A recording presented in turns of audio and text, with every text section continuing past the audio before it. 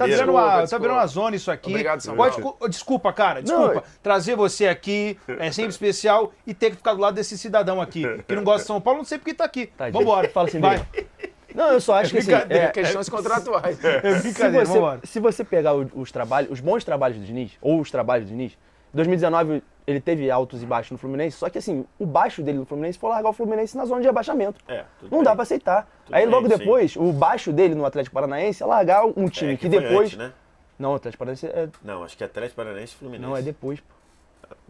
Vou conferir, mas eu acho que foi primeiro agora Furacão. Eu acho que primeiro foi mas Furacão. Tudo bem, ele pega... Eu acho que o Atlético é o primeiro que ele pega... O primeiro trabalho dele que a gente falou agora Cap e Fluminense. Não, mas então, o Fluminense que ele larga na zona de rebaixamento, logo depois com o Marcão, com o Odair, com times parecidos, vai para Libertadores. O Atlético Paranaense que ele larga na lanterna, ou vice-lanterna, é campeão da Copa do Brasil e da Sul-Americana com uma base parecida. Tudo bem, mas eu acho que você matou a questão, Gabriel, quando você fala que era um outro Diniz, e é natural que fosse. Natural que fosse. Porque, assim... Eu acho que sempre que me pediram para falar do Diniz, eu falava assim, é evidente que ele recebeu oportunidades para as quais ele não estava preparado naquele momento.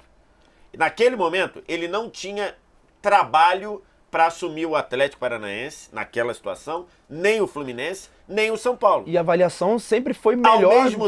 Ao mesmo tempo, quando se falava do Diniz, se falava assim, ou um endeusamento desproporcional, ou queriam tratar ele como se ele fosse o pior treinador do universo, Concordo. Que também era desproporcional. Eu também concordo sobre essa equiparação aí, velho. Sinceramente, eu acho que era desproporcional completamente o ódio ao Diniz do que os elogios. Os elogios se falava de um cara com ideias diferentes do nosso padrão e que tinham aplicações... Mas qual era o endeusamento?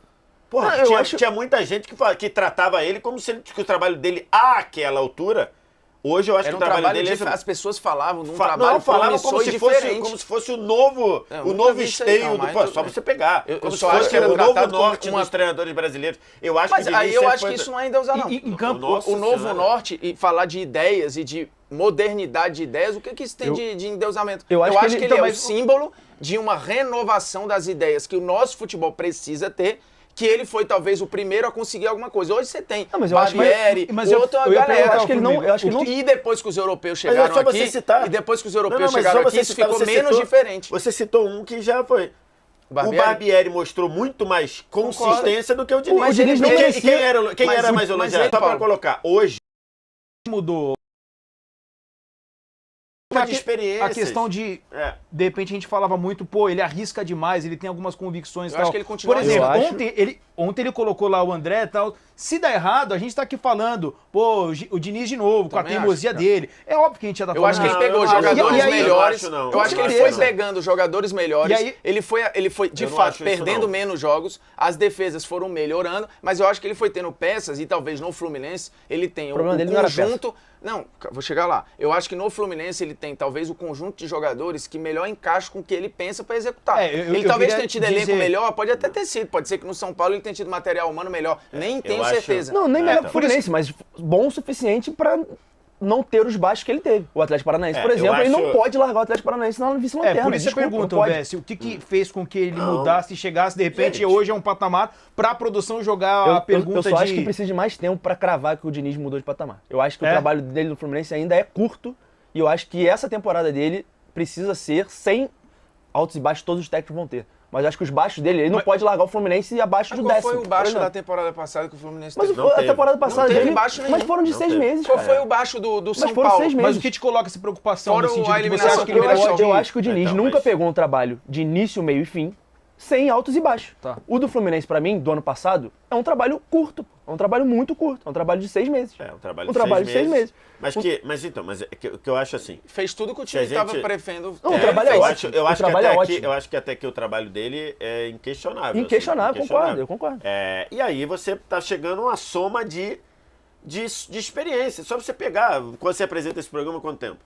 Pô, já faz aí uns 3 meses, 4 meses. Mas tô apresentando direto.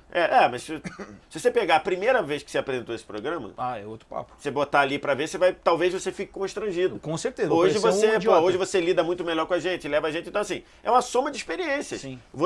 A tua qualidade, ela é basicamente a mesma, mas adquirir experiências vai te modificando, vai te melhorando. Ou não, tem gente que passa o tempo, fica pior. Então, assim, acho que o caso do Diniz está claro. Eu acho que ele recebeu oportunidades para as quais ele não tinha trabalho para justificar, nem preparo. Errou. Eu concordo totalmente com o Simões. Deixar o Atlético na zona de rebaixamento é muito ruim. Deixar o Fluminense também. Só que, eu acho que hoje o Diniz está pronto para assumir qualquer trabalho sem questionamento. Que hoje ele está bem no Fluminense. Até seleção? Mas, não, qualquer trabalho de clube. Acho que seleção, acho que não. Beleza, mas hoje, se ele sai do Fluminense, enfim, é que agora ele está muito bem no Fluminense. Mas se ele saísse do Fluminense e assumisse o Palmeiras, eu acho que não tem nenhum questionamento hoje. Isso eu concordo. Que eu tinha na época. Eu acho que na época ele foi pro São Paulo, porque o Daniel Alves chegou, bancou, falou, gostava muito, caramba. Naquela visão, eu acho que ele não tinha estofo naquele momento para assumir o São Paulo. Mas deu certo. Eu concordo que deu certo. Eu concordo que deu certo com uma particularidade.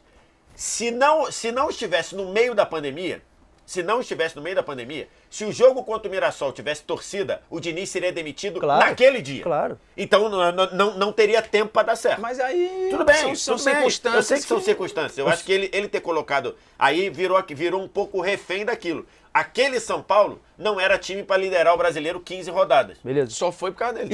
Eu acho que aí ele tem uma contribuição e depois ele pagou o preço disso. Isso eu concordo. Você acha que esse Fluminense era time para ter feito a campanha do ano passado no Brasileiro? Mas assim, eu acho tão relevante, relevante a campanha que colocou ele na liderança, que é muito relevante, tão relevante quanto é a derrocada do São Paulo com muita participação dele. Ele tinha ganho o campeonato tinha acabado. A gente teve treinador, o Muricy fez isso no Palmeiras, pô. O Muricy era líder do campeonato. Foi muito pior, mas é que é diferente. Como é um novo, o Muricy já tinha ganho campeonatos. Então ele estava protegido por uma redoma de resultado. E o Diniz não tinha, mas isso tem que contar. Mas eu acho válido também que esse cara aplique ideias e que 100% dos jogadores que passaram pelo cara, que eu já ouvi até hoje, falam que é o treinador que é mais... A exceção talvez hoje do Tietê, que teve a discussão e o problema com ele. Mas mesmo assim, eu não vejo ninguém falar. E isso precisa ter uma valoração. Assim, a gente vai na hora de valorar qualquer coisa. Mas eu já ouvi gente falar de técnico campeão e multicampeão. E falar, meu irmão, foi o pior treinador com quem eu já trabalhei. Mas ganhou. E no Brasil a gente tem um ponto aleatório. Já falei essa história, tem técnico que emendou título aí e que na véspera da eliminação, os jogadores foram ao diretor de futebol e falou, cara, alguém precisa dar treino pra gente, que senão a gente vai ser eliminado amanhã. E foi. Só pra constar. E foi. Então, assim, eu concordo, mas a gente está valorando isso. Então, mas isso não ainda usar. Eu só acho que... É aí que eu discordo de você. Hoje, eu acho que o nível de valoração do Fernando Diniz, ele é 100% justificado. Eu acho que... Calma aí. Vamos escutar primeiro. Você vai esperar um pouquinho. Depois do verso. Vamos escutar o Diniz. Sim. Hoje, eu acho que a valorização do Diniz, ela é totalmente compatível com o que ele já produziu. À época, eu acho que era completamente Mas você acha exagerado. Que era um endeusamento? Eu acho que aconteceu um endeusamento na mesma medida ou muito próxima que ele era vilanizado como se fosse um zero à esquerda. Vou dar um exemplo. Não à toa surgiu o Diniz. Ele nunca mereceu ser tratado como uma chacota e nunca mereceu ser tratado como o novo... O tal do dinizismo. Chegou lá, o dinizismo. Ele tem um pouco de brincadeira também. Não, mas tem o ramonismo. Pro torcedor sempre tem dirigente que aposta na ideia e olha pra frente. Vamos lá, em termos de resultado, o Nagelsmann tinha currículo para ser treinador do Bayern de Munique. Dentro da cultura do Bayern, sim. Mas, num geral... Eu acho que é diferente. Tanto não tinha, sabe por quê? Lembra quando o Kovac assumiu? O Niko Kovac? E olha que ele disse não, então, né? Lembra que quando o Kovac assumiu? O técnico era o Nagelsmann. Sabe o que o Bayern falou? Não vou contratar agora, porque agora ele não está pronto. Mas quando ele foi contratado, você acha que ele já tinha estoppo? Porque o Real Madrid queria ir lá atrás, né? Tudo bem. E ele falou, acho que é a hora de eu ir. Mas eu acho que é diferente, cara. Mas eu acho que quando, 2 anos depois de ter feito uma campanha com o Leipzig, de quase botar o Leipzig campeão, eu acho que ali ele já tinha um estofo para assumir. Mas era um risco. Mas isso é importante. É pela ideia e não era pelo resultado. Não, era pelo trabalho. Mas aí, esse é importante dizer, o Bayern pensou no Nagelsmann 2 anos atrás, 2 anos antes, e não contratou porque entendeu que ele não estava pronto. Foi buscar um treinador, entre aspas, feijão com arroz, que era o Niko Kovac, que até acho que, num geral, não deu certo, e depois foi buscar o que teoricamente tinha mais rodagem que o Tinha mais rodagem, mas tinha menos a cara do Bahia, a gente concorda. Talvez ele tomou essa decisão porque achava que o Nagelsmann não tivesse pronto. Talvez tivesse ido buscar o Nagelsmann lá, ele tivesse se queimado para não fazer esse trabalho, que eu acho que é um pouco do que aconteceu com o Diniz. Pode ser. Mas é que o Diniz é bom pra caramba e acho que ele conseguiu superar isso. Superar essa coisa. Eu só acho que o Diniz ainda precisa começar e terminar numa temporada ileso. Assim, eu não tô falando que o Diniz precisa ganhar. Mas quantos técnicos conseguiram isso no Brasil? Não, fora muitos, os pica. Muitos. Não, um ano todo, assim, claro, no talo? Claro. Eu não tô falando que o Diniz precisa ganhar uma Copa do Brasil pra eu acho que o sarrafo com ele, por isso que eu acho que o ódio, a crítica, foi sempre muito mais pesada do que o elogio. Eu só acho que o Diniz não pode, por exemplo... que fazem a mesma coisa que o Diniz, do ponto de vista de perder mão, passam batido porque já estão normalizados no padrão do que é o futebol brasileiro. Mas qual técnico que hoje é valorizado que pegou um time, entregou na zona de rebaixamento e esse time voou depois? Qual técnico? Filipão. Quando? O Filipão já pegou trabalhos, ele quase rebaixou o Grêmio e saiu antes. Tá bom, mas o Grêmio fez o quê depois? Tá aí o Grêmio com o Renato, com um monte de peça parecida, fora o Soares e dando resultado. Anos depois. Um elenco totalmente diferente. O Roger Machado é outro.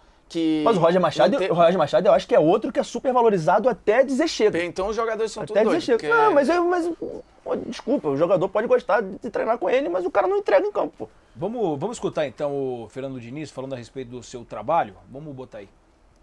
Acho que o futebol é um meio, não é um fim. É um meio para melhorar a vida das pessoas, de maneira especial dos jogadores. Carrego comigo sempre esse desejo de melhorar a vida deles e fazer com que o futebol de fato seja um meio, porque eu sei que carrego comigo também um receio muito grande do que vai acontecer com a vida dos jogadores quando eles encerrarem a carreira, em média com 35 anos. Eu tenho um jogador que eu fui que nunca vai deixar de existir dentro de mim, né? Eu fui um jogador típico brasileiro, um cara assim, nasci numa família de 8 irmãos, órfão de pai muito cedo, criado na periferia de São Paulo, na Zona Leste. E eu sei como é que é esse jogador, eu sei como que o sistema é muito bruto, cruel. A gente vê um jogador aí de 16, 17 anos, se não rende, já espancado, massacrado emocionalmente. Então, a minha vida é uma vida de dedicação para os jogadores e eu acho que eu consigo atingi-los porque é uma coisa muito verdadeira. Então, e é o que eu faço, acho que de melhor, é esse cuidado. E aí, por conta desse cuidado, de tentar fazer o melhor, eu desenvolvo algumas coisas táticas, que é um subproduto de uma coisa principal, que é essa intenção de ajudar.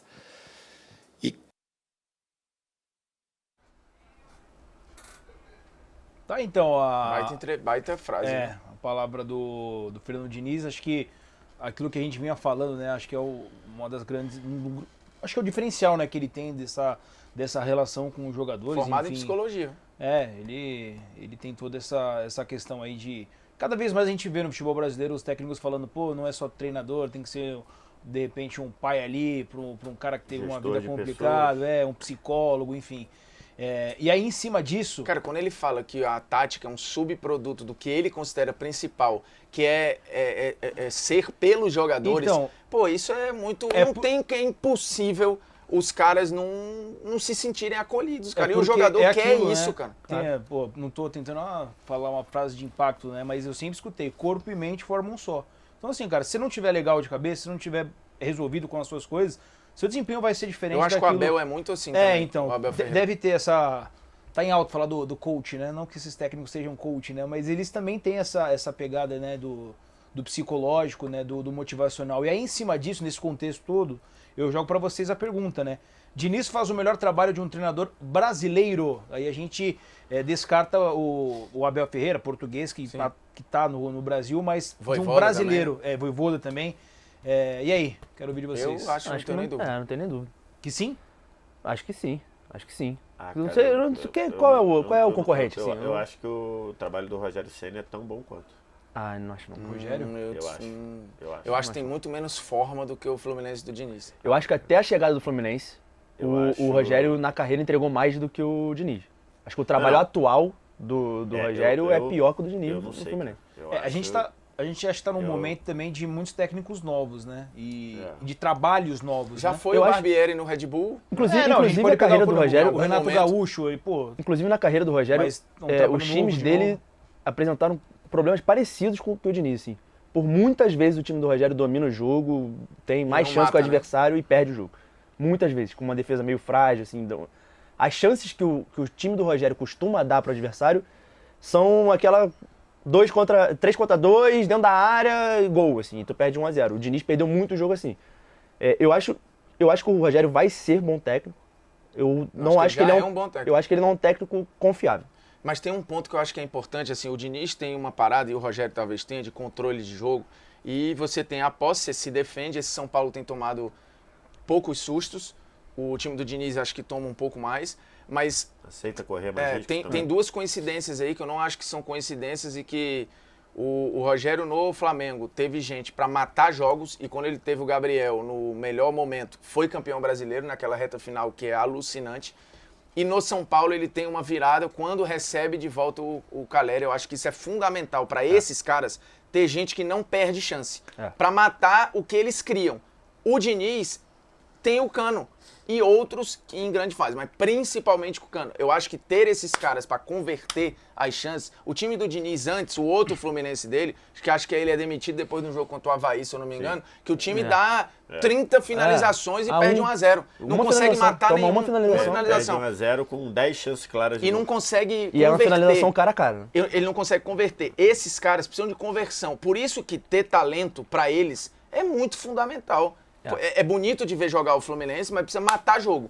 Tendo os caras que ele tem hoje, na fase que tem, e principalmente o Cano, ele tem conseguido. Eu acho que aí tem uma virada de chave. Tu pega, por exemplo, sei lá, tu vai na Europa lá, tu pega 10 gols nos últimos 5 jogos. Grandes treinadores que tem Cano, sim. Começou a temporada meio lento. Eu acho que se ele não tivesse esses caras para converter, a gente podia estar conversando de outra coisa.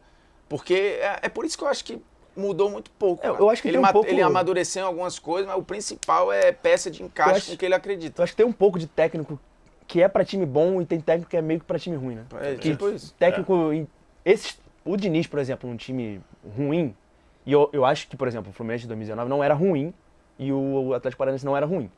Mas, assim, realmente, se você pegar um time, não sei, botar o Diniz no Santos hoje, como ele passou pelo Santos, passou pelo Vasco, queimar. Realmente é difícil de dar certo, né? Exige uma qualidade técnica. Eu acho que tem isso, né? O Dorival, ele é um técnico, o Dorival Júnior, por exemplo, é um técnico que funciona com um time que vai propor o jogo e é muito ruim com um time que vai ser reativo. E ele escolheu várias vezes na carreira e por esse caminho. Exatamente. Então, o Flamengo do ano passado, o Dorival tinha o que ele sabe fazer, que apesar é botar um time pra jogar. Apesar do Ceará jogar mais reativo com ele e ter ido bem. Até que não, pô. Ele jogava às vezes com Lima e Vina ao mesmo tempo. Mas assim, com a linha bem mais baixa, né? Por exemplo, aquela vitória contra o Palmeiras, que ele... a vitória do Palmeiras é dentro do Allianz Parque, mas no jogo seguinte ele dá um pau no Independente, propõe o jogo o tempo todo, entendeu? Então, assim, você também vai pro Allianz Parque, acho que hoje qualquer time dá uma Diniz no Santos foi quando? Foi... 2020. Cara, e ele pega um trabalho do Santos e do Vasco, né? Na sequência. Assim, 2 trabalhos parecia que ia dar, assim, parecia que ele ia mudar de patamar. O Diniz. Quando ele começa a pegar Santos e Vasco, dura pouco. Diante disso... Não, mas quando é que ele vai no Santos?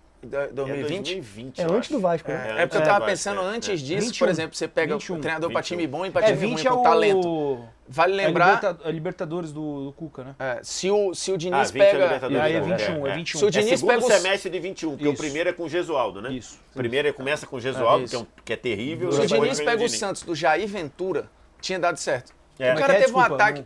Tudo bem? Não, é porque a produção tá falando aqui. Se o Diniz pega o Santos do Jair Ventura, que tinha um ataque Rodrigo, Gabigol e Bruno Henrique, tinha funcionado. Tu tem alguma dúvida que tinha funcionado? Não, com certeza. Vamos escutar o Ganso falando a respeito do só ontem, já entrando mas falando especialmente do jogo de ontem, ele foi muito, você falou isso, ele foi muito corajoso, né, de passar o André para trás e tirar o David Braz, ganhar o meio-campo com o Pirani e com o Lima. Então, assim, ele acabou de chegar lá. Hã? Pirani acabou de chegar lá. Já fez o gol. Então, assim, ele entendeu, de fato, o encaixe do que fez o Vitor Pereira no primeiro tempo funcionou. E ele conseguiu, assim. Se você falar, errou, porque tem muitas vezes o pessoal fala, o técnico que escala errado e conserta depois. Eu acho que nem foi esse o caso do Diniz. Ele escalou o time que ele estava acostumado a jogar, que ele vinha jogar, e depois o encaixe do outro time motivou ele a mudar e deu muito certo, né? E deu muito certo. Como o Mauro Betti ensinou a gente, o dedo do técnico. É isso. Alguém entendeu por que o Felipe Melo foi expulso? Eu também entendi. Porque é o Felipe Melo. Eu tava só de olho nele agora nas imagens ali. Olhar ali, o Felipe Melo. Tem uma hora que ele fica meio descontrolado, deve falar uns impropérios, mas ele não encosta em ninguém, assim. Teve gente, o Lima, fez não era expulso. Foi o Felipe Melo. Na boa, o próprio Gerson poderia ter sido expulso. Sim. Antes dele.